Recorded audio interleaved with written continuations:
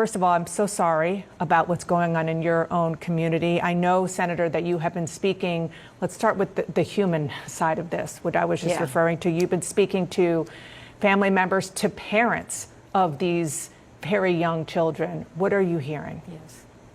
So, first of all, I appreciate the work of the mayor. I've talked to the governor and our first responders, the hospital workers. The fact that we had a children's hospital that's renowned so nearby we want these kids to be saved.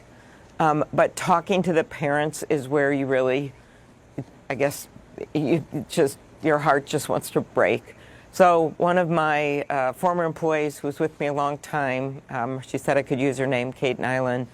Her daughter, Cora, was in there. She was one of the older kids. This is a pre-K through 8th grade school.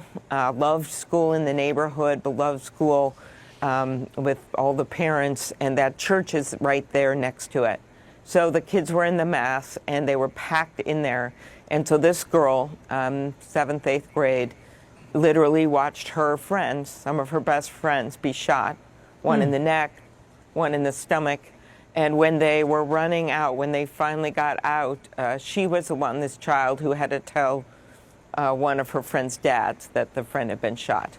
And of course, the chaos that would ensue in any place when there's a mass shooting like this.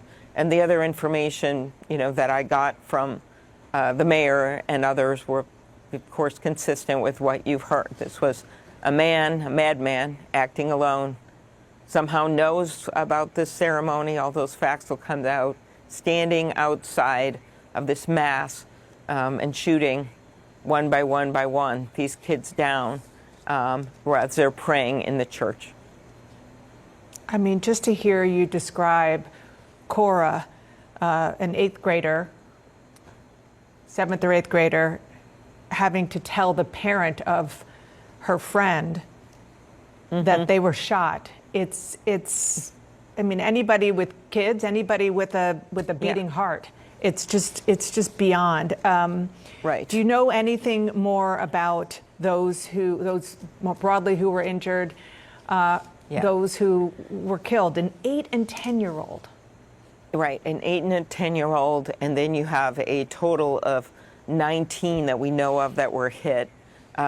17, of course, we have 2 dead right now, 17 injured, and of those, 14 were children. So there were also adults who were shot, right? There were most likely teachers or, we don't know, people involved in the service. So there were also adults that were shot, and I'm sure as we hear the details on this, the stories of these people trying to get out those doors, trying to scramble underneath the pews, which is what they were told to do, to protect themselves.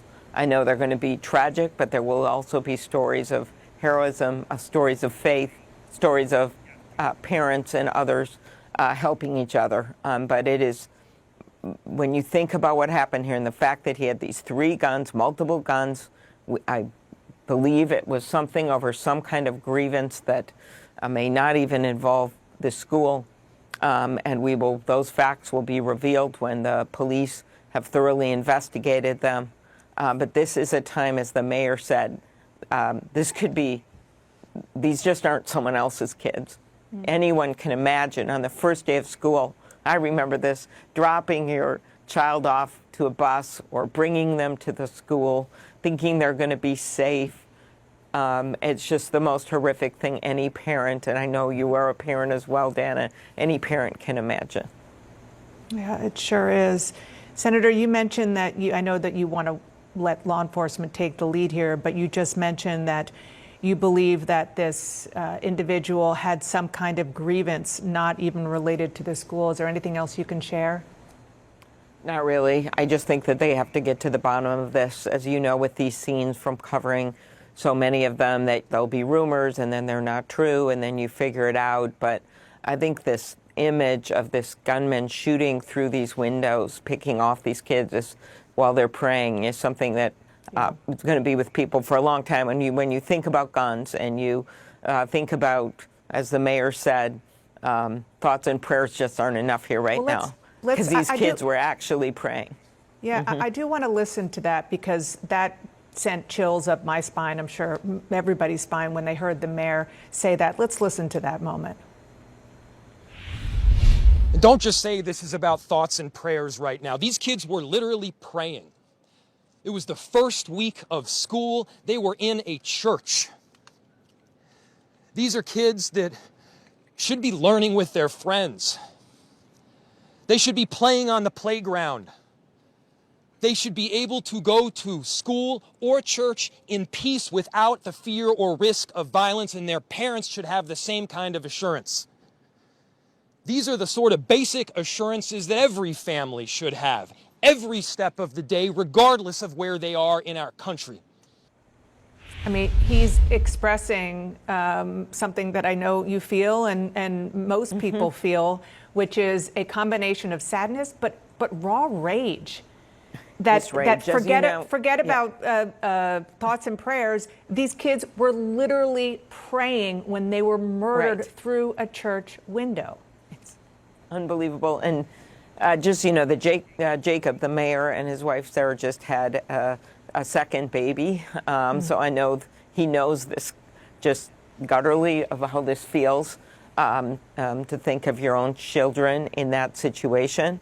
And I think part of what he's getting at here is that there's thoughts and prayers, and then the law enforcement does their job well, and hospitals do their job well, and they save some lives, and people are injured. But there's a whole room of those kids in that church that are going to never forget what happened, that hopefully they'll be able to get through it in their own lives. But you think of that in other mass shootings, it's the immediate death, it's the immediate family, but then it's a whole community. And ultimately, it's an entire nation that has to grapple with the fact of we have too many guns out there right now. And there's all kinds of policy things that we could do that would still preserve people's right to hunt, people's right to collect guns, people's that care about guns for sport and guns for protection. But at some point, when you see these innocent kids praying in a church and they get gunned down by a madman, you have to step back and think, what can we do better? What can we do better with background checks or with assault weapons, which may not have played into this situation? But every situation is different. And there are a number of things we can do that would not hurt law-abiding gun owners, of which there are so many in my state and in our country. And so it does get you to that. But right now, in our state, we're just mourning for these families. We're mourning for those kids that were in there that may have survived but will never be the same. And we are supporting our law enforcement and our hospitals. And there's right now some doctors and nurses that are sitting in an operating room with a little kid trying to save them from a shot in the stomach or a shot in the neck. And that's what we think of viscerally now. But to just let it go there and say thoughts and prayers is no longer enough. But Senator, I mean, you just alluded to this, and this is what the mayor was getting at. How many times have we seen this cycle, this horrible cycle of the trauma, the tragedy? I mean, you mentioned that the whole nation. I had to send a note to my brother to say, my niece and nephew, who are 9 and 10, don't watch the show today because I don't want them to be traumatized. They'll hear about it. And parents are dealing with this all across the country. And of course, the most important, the parents that we're thinking of the most are those who have either lost those two children or those who have their children in the operating room right now. But when is enough going to be enough? Exactly. You know, I remember the stories when I was in Nashville after that school shooting, and I was in a bookstore, Ann Patchett's bookstore, and this was a week later, and one of the moms was in there. She couldn't sleep. She was looking for a book. Of course, her child had survived, but she told the story to us of the kids in a line and how literally her child was in the line and saw her best friend shot, and she's just trying to hold on. She's trying to find a book. She's trying to figure out what can she read to her to make this better. And there's one thing we can do to make this better and stop the angry rhetoric, start working on solutions that we know have worked in other countries or could work here. And it's not just one size fits all, but we've got to be willing to do it. And especially some of my colleagues who've been afraid to do it. We did do one bipartisan bill for community violence, and including with Chris Murphy and Senator Cornyn and a number of other people. It included my provision on domestic violence, and people that have been convicted shouldn't be able to go out and get guns. We've done these things, but there's much bigger things we could do when it comes to background checks and assault weapons and having more national standards in place, and being stricter about getting these guns out there. And if a bunch of kids praying in a church and shot down through the windows of that church and locked into that by a madman isn't enough to make people move, I just don't know what is anymore. Senator, thank you so much for joining us Okay. on this horrific, tragic day in this moment for your state once Thank you. again.